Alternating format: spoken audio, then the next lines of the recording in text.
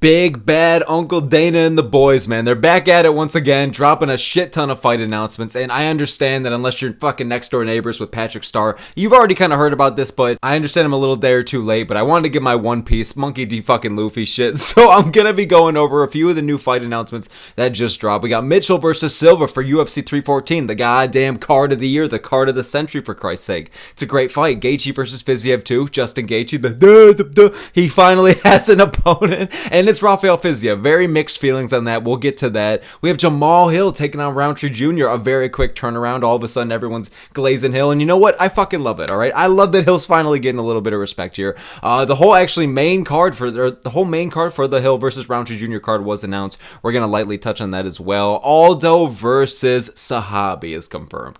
That can go fuck itself, and that's for UFC Montreal. And on top of that, I don't know why I called it UFC Montreal. UFC 315, and on top of that, we have Vera going against Mario Bautista for UFC Iowa. So these are the fights that we're going to be covering, doing a little bit of an early preview for today. Again, sorry for being a day or two late here, but I was working all day yesterday and today, so it is what it is, brother. It is what it is, brother. We'll find out Saturday night. So starting off here with Mitchell versus Silva. Okay, this is a good scrap. Love that the UFC's putting Silva, finally getting a spot in the rankings. I feel like this is very natural, like timing wise, it makes sense. He really didn't have any damage in the fucking last fight. Like, it's a quick turnaround ish, you know what I'm saying? But it's like, it's not the craziest thing in the world. He didn't take any damage. He's coming off of an amazing knockout performance. And you know what? 4-0 in the UFC, everything is worthy of being added to the highlight reel. It's natural to kind of get the entry into the rankings. And it's not like he's getting some crazy treatment and being shot up. Like, it's a very natural step up in competition and rankings wise. And Bryce Mitchell, let's just fucking get this out the way real quick. The fact that Bryce Mitchell is a plus 400 or plus 500, it'll be on your screen, but I swear to God, like, I saw a post today and it was like the opening odds is Mitchell is like a goddamn plus 500. That's almost what Stipe was against John Jones. Like, good Lord, y'all. No pun intended, but I would like to say that Gene Silva, I'm leaning towards him to win this fight. He clearly has the speed advantage, the striking advantage, very dynamic. Like, you know, a little concerning how he's a little too gleeful, a little too happy in there. Well, I shouldn't even say just happy. The dude's crying, laughing, every single goddamn emotion. He's a walking inside out, for Christ's sake, on the way to the cage. But the guy has a lot of advantages in this fight, don't get me wrong. And again, the clearly superior striker here. But y'all, what the fuck are we doing with these betting odds? Like, this is honestly not a great matchup for Gene Silva. Like, I'd like to think that Gene Silva's going to win this fight. I'm leaning towards him. I think he should be the favorite for sure. I could see him taking out Bryce Mitchell, even winning a fucking decision. I don't think this fight's going the goddamn distance, especially if Gene Silva's winning, but I really think that Silva could take his lights outs for sure. Mitchell has a good chin for the most part, but it's like he is hittable. He has been finished before. He's been knocked out brutally.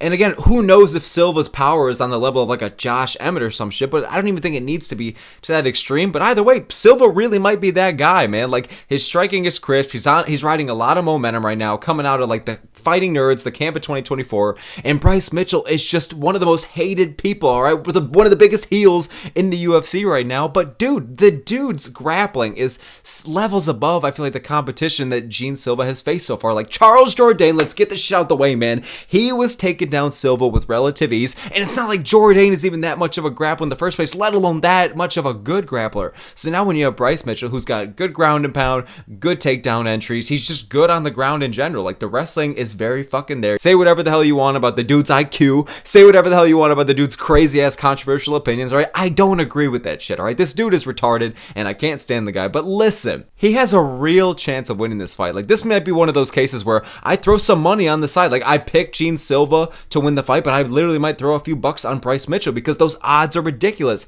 Like, if Charles Jourdain, of all people, is taking down Gene Silva like that, and don't get me wrong, Gene Silva's young. He's probably made a lot of improvements just in the quick time since that fight's happened, for Christ's sake. But Mitchell's grappling could give him a lot of fucking problems. Mitchell is just, the thing is, like I said, he can be finished on the feet. He's not the quickest up there. He's not the best striker we've ever seen, but his striking is solid enough, and he has solid enough pop behind the shots to where I feel like he'd be able to hold his own against a lot of guys in the rankings, let alone people outside of the rankings. So his striking is solid, but again, clearly is going to rely on getting Silva down here. And honestly, man, I can see Mitchell winning via ground and pound or via some kind of submission. I really, for the love of fuck, I really hope it doesn't happen, okay? But these odds are ridiculous. I think Mitchell has the clear advantage in the wrestling. I think Silva has the clear advantage in the striking. So it all just depends on whose style is going to be able to get the better of who. I feel like that's really all this matchup boils down down to. Like, is Silva's wrestling better than Mitchell's striking? Like, that's what we're gonna have to find out, or vice versa. So it's a good fight to make, though, whether they put it on the main card or the prelims or whatever the hell. UFC 314 is stacked. Fucking love it. So glad Miami's getting that shit. So Silva called for it. He got the shots. You know, we're all riding behind this guy. He's definitely featherweight's biggest and hottest prospect right now. No offense to LeBron Murphy, bruv, but it is what it is, brother. So moving on up next here to UFC 313's new co-main. We got Justin Gaethje taking on Rafael Fiziev. So Dan Hooker, we know, pulled out via hand injury, and like Moicano was putting his name in the hat. Fiziev, obviously, well, no fucking shit. Gamrot was. Even Saryukian, he came out and said that he was trying to meet in the middle for a catchweight bout. But the UFC shut that shit down, okay? Because realistically, like, Gaethje versus Saryukian would have been the best fight to make, rankings-wise, and I feel like it's a new opponent for Gaethje. That's the biggest thing I don't like about this fight, is, like, I would have liked to see someone new for Gaethje. Like, it was a breath of fresh air to see Gaethje take on Hooker. That was a great fucking matchup. You might as well put the fucking BMF title on the line, but it's like, well, not literally, but, like, metaphorically, like, these dudes are bad motherfuckers. It was gonna be an absolute fucking war. Here's the fucking thing, you guys. We're gonna go to war for you people. We're just gonna bleed. Sean Strickland had asked. But it's like, this fight is solid, don't get me wrong, but in the first fight was very good. It was a close decision. Fiziev's been out, so it's nice to see him back. But side comment, where the fuck was Fiziev this whole time? If he's just stepping in like this and he's been talking the past few months about, oh, I can't get a fight, but I'm really trying, I'm trying. Like, where the fuck has he been? I have no idea, but now he's back and he's getting this really big spot. But going back to my original point, man, like, it's unfortunate to not see like a breath of fresh air for Justin Gaethje. You know what I mean? He's like, he only has 1 or 2, maybe 3 fights left, I feel like. It just depends if he wins or loses or whatever the fuck, but we're not going to see a lot left. So to see a rematch, don't get me wrong, of a good close fight, the fact that it happened the first time, and there are intriguing aspects to this fight, like how's Gaethje going to do after the year off and after the brutal knockout, and how's Fiziev going to do after the time off and shit. But it's like, it's not the same crazy things that were getting us amped up for like Hooker versus Gaethje, you know what I mean? So the UFC, say whatever the fuck you want about their matchmaking, it's very goddamn questionable or retarded or whatever the hell at times, but they do very well at saving these kinds of situations. Like, they do very well at trying to find last minute replacements or saving cards and shit like that. They do that very well. And I understand that, like, people could have said no, and they probably shut down the Saryukian shit because, like, either they wanted to have it at 155 or they didn't think Saryukian was going to be reliable. And after 311, I can't fucking blame them. But I'm going to be completely honest with y'all. Like, this is a solid scrap, and like the UFC did their best at trying to find a good replacement. But honestly, I would have rather seen someone like Gaethje versus Gamrot, like something at least a little bit new. You know, Gamrot can put on some fucking duds at times. Most of his fights are duds, but sometimes he can get the fuck after it against Saryukian, against Hooker, and I feel like Gaethje would have brought that out of him maybe. But it's just like, and another reason why they probably shot down like a Moicano or a Gamrot, like I just said, you know, we all knew that Hooker versus Gaethje was going to be a fucking stand and bang, back and forth, bloody fucking war, and they probably, like, Gaethje's been prepping for a striker who's gonna bring that, and I feel like Fiziev is probably the closest thing compared to, like, Saryukian or these other guys that were putting their name in the hat. But I want to say this too, man, like, the fact that Gaethje's a slight underdog, alright, I might hop on that money. I'm kind of leaning towards Justin Gaethje to win this one here. It's just, you never fucking know with Fiziev. I could see Fiziev gassing out, you don't know how he's gonna be after the time off. And just one quick note here, man, like, I do want to say about this fight, am I the only one who, for as solid as of a scrap it is, it definitely helped save the card. Don't get me wrong, like 313 definitely needed this as a co-main, but it's just like, dude, am I the only one that's not emotionally invested in this fight? Like, am I the only one that, like, I care about it, but I also don't give a shit at the same time? Like, I hope that makes sense. Like, don't get me wrong,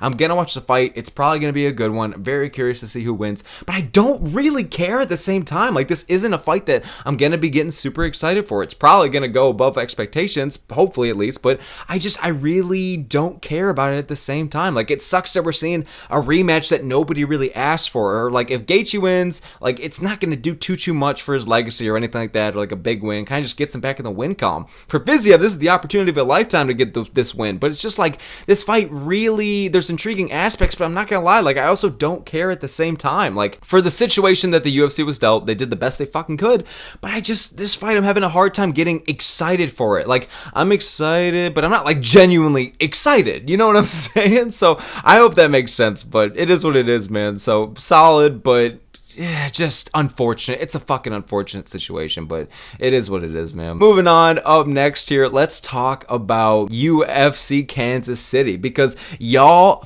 fight nights this year have been fucking good, all right? They're stacking them up, other than the Apex cards. The Apex cards have always been Apex cards, but it's like the Saudi card, the Seattle card, like, and now they're stacking the Iowa card, and now they're stacking the Kansas City card. Like, yes, thank God, man. We're finally getting some good fight nights. Like, 2024, it was just, even the fight nights were like, you know, they went to Kansas, or where the fuck did they go with Cannonier versus Imhoff? It was fucking somewhere. They also went to Colorado, they went to other places like that, but it was just like lackluster cards. Don't get me wrong, some of them were bangers, but it's so refreshing to see that they're finally putting effort back into the fight night. So shout out Uncle Dana for this one, because Jamal Hill versus Khalil Rountree Jr. is the main event. It's a great main event. Like, this is a fight that originally was going to be happening right after 303? I think that the fight was going to go down, and then we ended up with Smith versus Delidze. Like, it was Hill versus Rountree Jr., for Christ's sake, and we ended up with Pepa versus the Georgian NPC of the middleweight division, for Christ's sake. But here's the thing, man. Here's the fucking thing, you guys. I really like this fight. Like, I'm really hoping that Hill is going to be okay and doesn't pull out of the fight, okay? And first of all, I'm glad that people are putting respect on Hill for this one. Like, if you're looking at the comment sections, I mean, fuck, let me pull this up right now. Like, big respect to Hill for taking this fight so soon after the KO. Hate Hill all you want, but he ducks no one. Like, shit like that. Can't deny it. Hill's extremely active so far after returning, so props to him. Like, finally, Hill's getting a little bit of respect, right? I've always thought that Hill could be very fucking annoying. Sometimes it could have some shit takes, but like,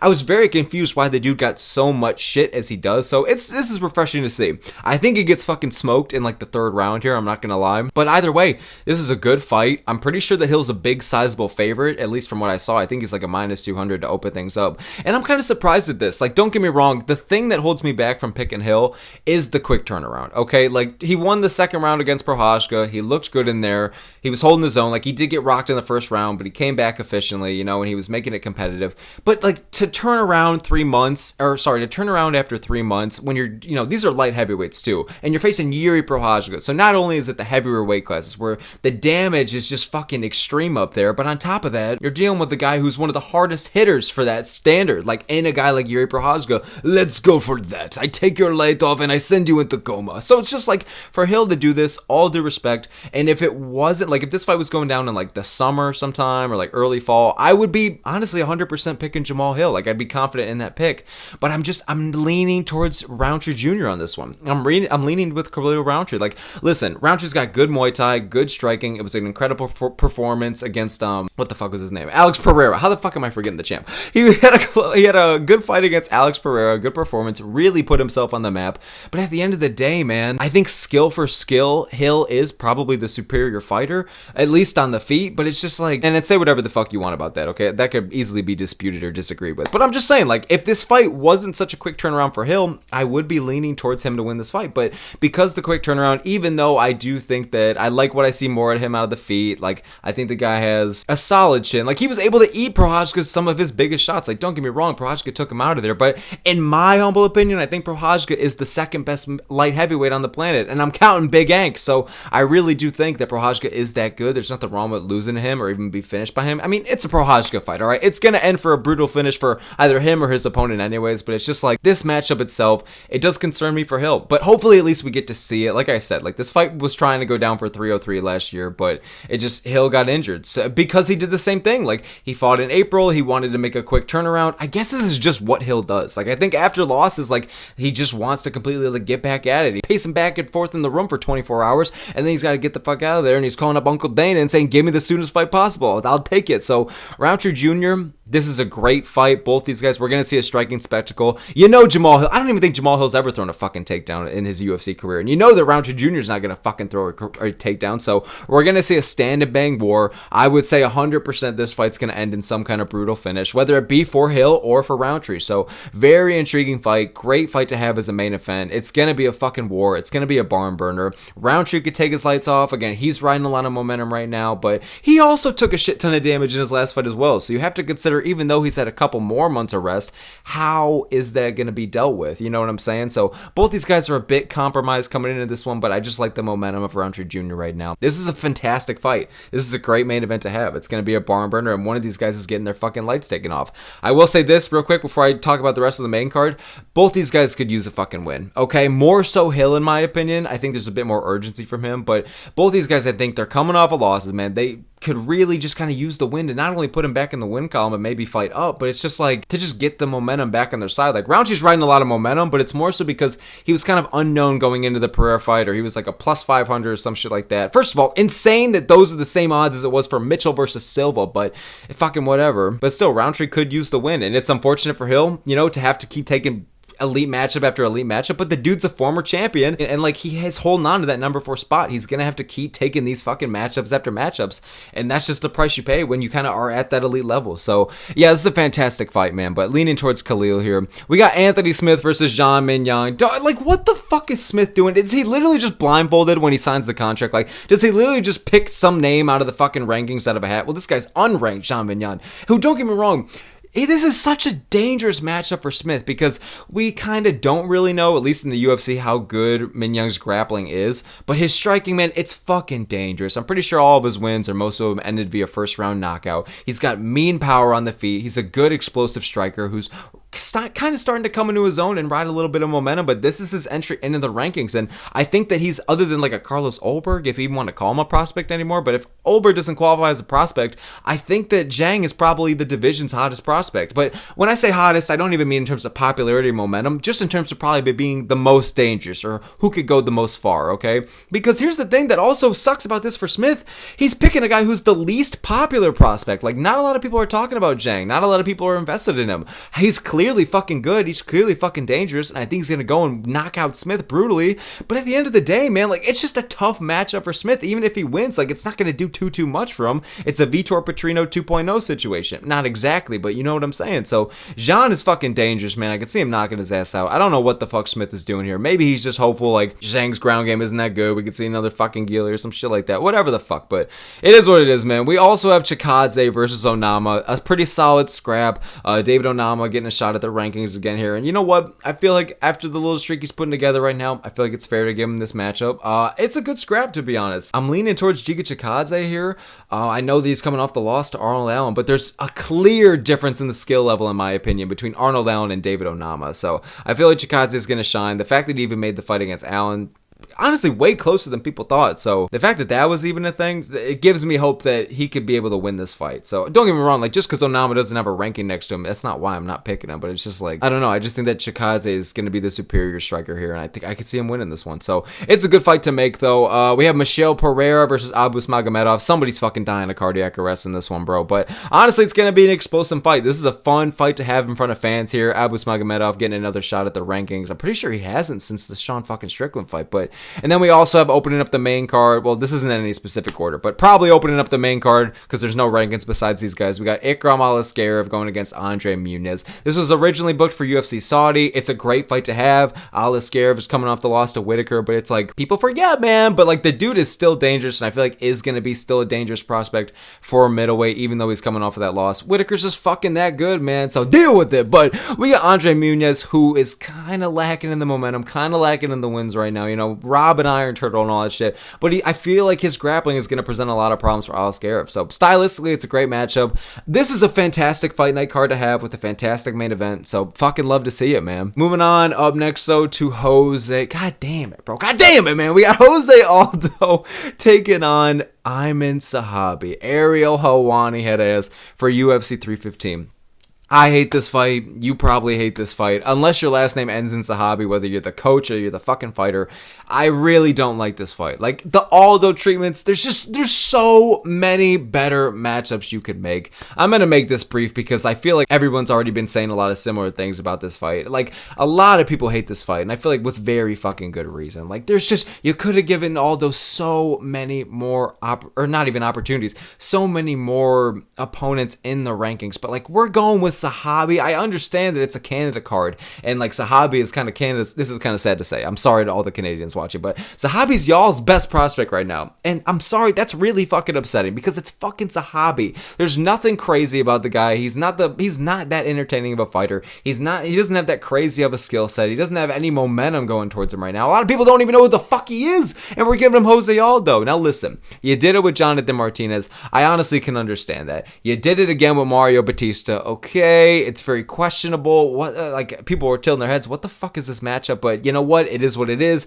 Aldo's not scared of anyone, and now we're doing it again. The third prospect in a row for Jose Aldo, and I don't understand it. Like, is the UFC just not offering this guy these other matchups? Are they worried that they're paying him too much and they're trying to just get him the fuck out of here or undermine him? I really have no idea, bro. But I don't like this matchup, and honestly, 315 is kind of shaping up to be kind of an underrated card. It's kind of really coming together, you know? So I like that Canada's finally going to get a solid card because good fucking Lord knows they need it, but this is a bad fight, and I don't even know if Aldo's gonna win. Like, this is kind of one of the fights, out of all the fights I've talked about so far, I really don't have any clear way I'm leaning towards. Like, I really don't know who's gonna win this fight. Skill-wise and stylistically, I really do think that Aldo has a lot of the advantages here, if not fucking all of them, but it's just like Zahabi, man. I could just see him, since he's the younger guy, since he's in the home country, since it's just one of these situations, I can see him maybe winning here, but for God's sake, I hope not, man. So really don't like this treatment. I really don't like this fight. It is what it fucking is. Moving on, up next to the last one here, Chito Vera versus Mario bitch-ass Bautista, man. Can't stand Mario Bautista, bro. God damn it. Anyone who's subscribed to the channel, or just in general, we all really are not fucking with Mario Bautista, alright? We know this, but listen, I'm leaning towards him to win this fight. I'm straight up picking him to win. Like, I can't see my opinion on really changing on this. Like,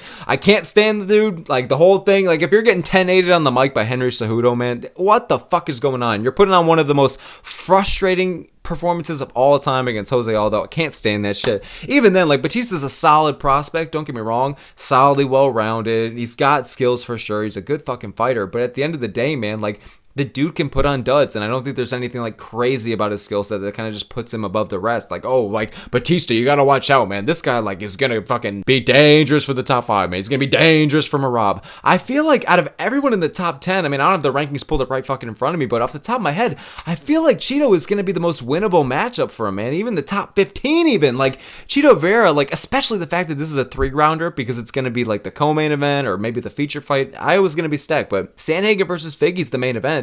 So this is not going to be 5 rounds, I don't think. But that really concerns me for Chito, because Chito, that pretty much means he's going to lose the first fucking round. He's a very slow starter. We'll kind of get going in the second, have some moments, but I feel like Bautista's going to put forward the pressure. And then when it comes down to that 3rd round, like, I could see Chito trying to get the fuck after it. But if he's not able to finish Bautista, I think that Bautista's going to win this one. Don't get me wrong, Bautista's bitch ass has been finished in the UFC before, but Chito Vera can fucking crack. He's got a great chin. I mean, Jesus, he was just dropped for the first time like a fucking last year or so. And the dude has a shit ton of fights. So Chito Vera has good cardio. He has a good chin. He has good striking. He's got solid pop behind the shots. But it's just like there's nothing crazy about Chito Vera's skill set. I've openly said this on the channel a lot, man. I think Chito Vera's a very overrated fighter. He's fucking good. He's fucking dangerous for sure. But I think he's fucking overrated. I think he relies a lot on the outer variables like the chin and like the cardio. And like when it comes to the actual skill set, I think a lot of the guys in the rankings are more impressive, to be honest. I think it's a very winnable matchup for Mario Bautista. I'm fucking worried for Chito. I'm going to be rooting for the dude because I want to see Bautista get knocked the hell out and get sent back to the Apex. I'd love that. But I just don't think we're going to see it. I think Bautista's going to win a boring decision, and that's unfortunate. But unless Chito gets the fuck after it, I don't know if he's going to win this one. So that's my thoughts on that. But Iowa is shaping up to be a great card, which I actually think I'm going to be going to that one. I live around the Chicago area, so it's like I'm really hoping they would just come back to Chicago already, but they still haven't. There's been no talks or no anything, so I'm very confused at that. They're going to fucking Qatar or Qatar. Sorry, oh my god.